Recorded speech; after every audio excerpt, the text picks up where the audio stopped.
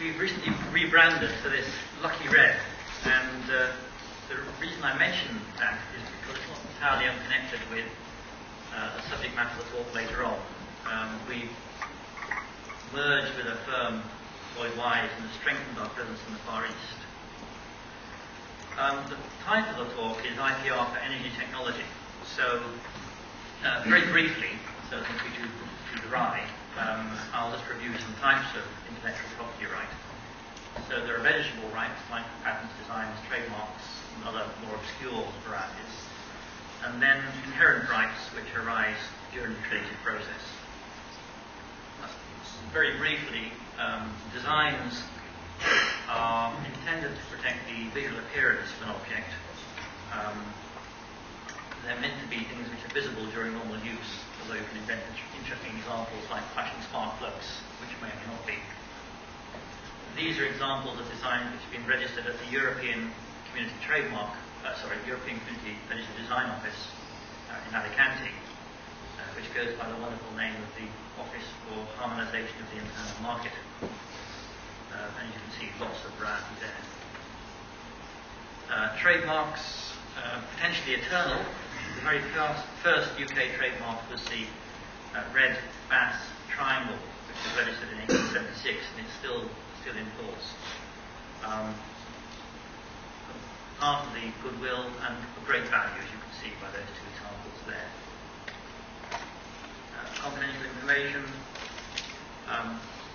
Patents tell the world what you're doing. Fundamentally, they're published and they've got a limited duration, whereas things like the recipe for Coca-Cola potentially you can keep secret indefinitely.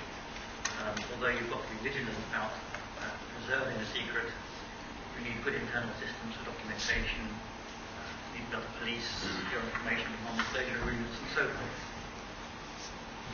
So patents are probably what interests most people in the energy technology field.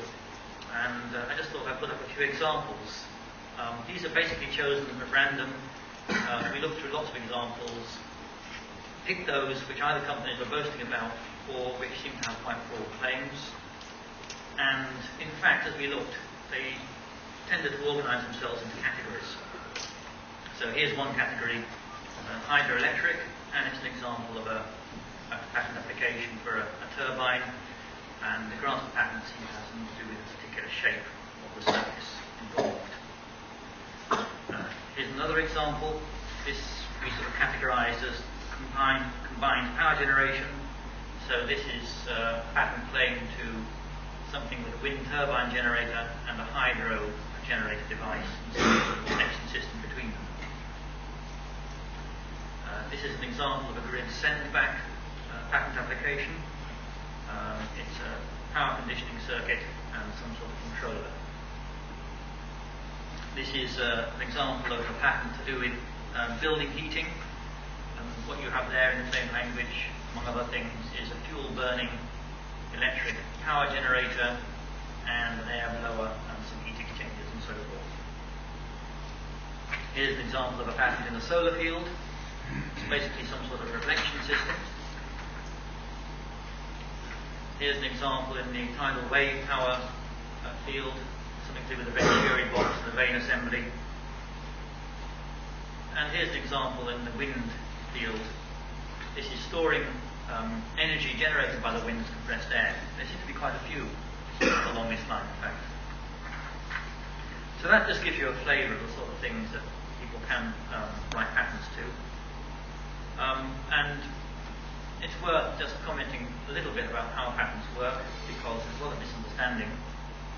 In fact, just yesterday, somebody showed me US patents and said, this is a joke. How can they put a patent to this? They were reading the abstract, looking at the front page. What you have to do is read the claims. And for a patent, novelty and infringement are two sides of the same coin. So if you're asking whether what a patent claims as a monopoly is novel, you've got to ask whether all the features of the claim can be found in the prior art. It's a jargon for earlier published material. If you're asking whether you infringe, you've got to say, do all the features of the product or process appear in the patent claim? And the other thing to be aware of is that things you see on the internet generally published patent applications, which have, generally have a number which ends in A. Granted patents are much harder to find on the internet. They have a number which ends in B. So just a bit of background information on patents. So I thought it would be useful just to look at a couple of example trends. One by subject, nanoenergy, and the other by geography, China. So, nanoenergy, what is nanoenergy? Something to do with functionality at the nanoscale. And there are some examples. So there are patents in the nanoenergy field with all these different categories. And an example I like is this success story. It's a spin out from MIT.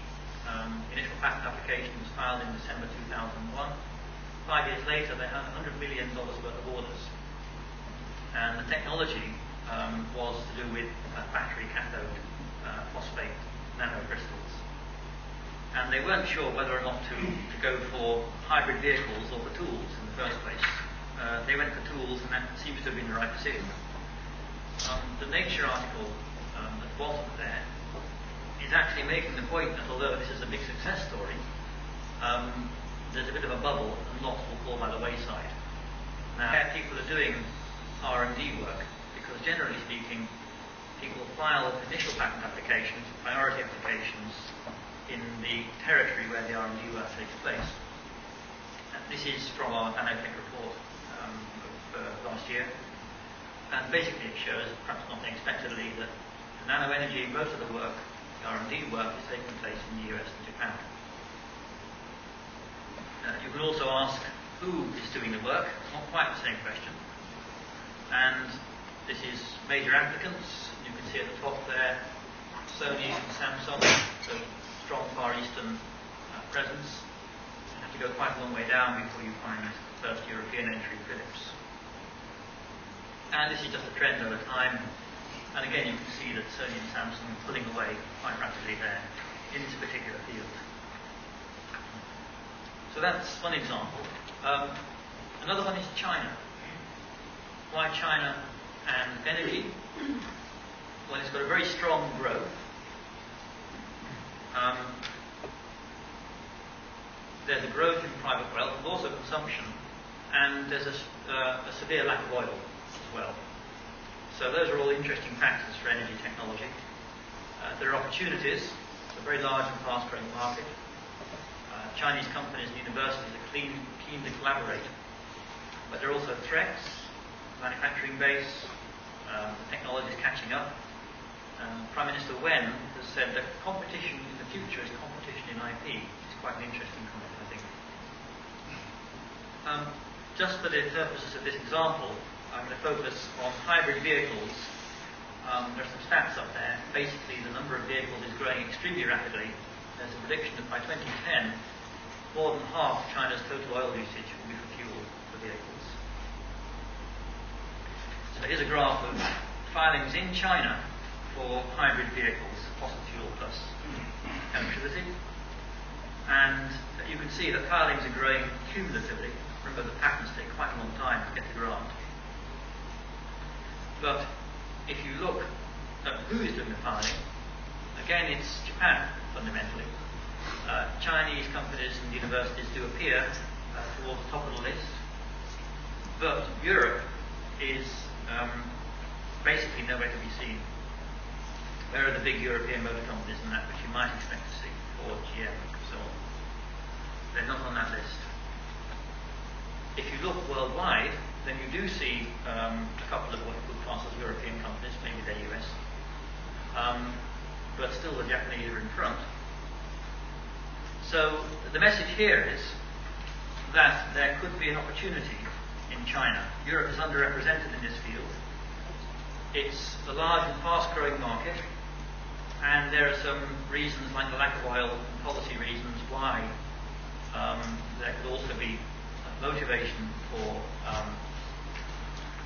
technology in the energy field. And there's an opportunity also to do something for climate change. The question that comes up a lot is whether Chinese IP is worth having. I think the bottom line there is look to the future. My experience of the patent examination process is actually very high. The examination comments are very intelligent and it's a very, very thorough examination process. The system for enforcement is getting better. Win rate for foreign companies is drastically improved. If you haven't got registered rights in China, you don't get lots of. So I won't talk about this, but there are lots of reasons why IP are useful, lots of things we can help with. If you're a startup, exclusivity is not the only use for IP.